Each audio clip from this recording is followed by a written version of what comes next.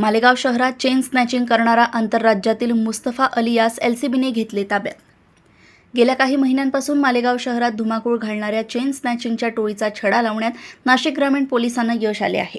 1 मार्च 2026 रोजी सटाणा नाका परिसरात एका महिलेच्या गळ्यातील 3 तोळे सोन्याची पोत दुचाकीवरून आलेल्या चोरट्यांनी लंपास केली होती।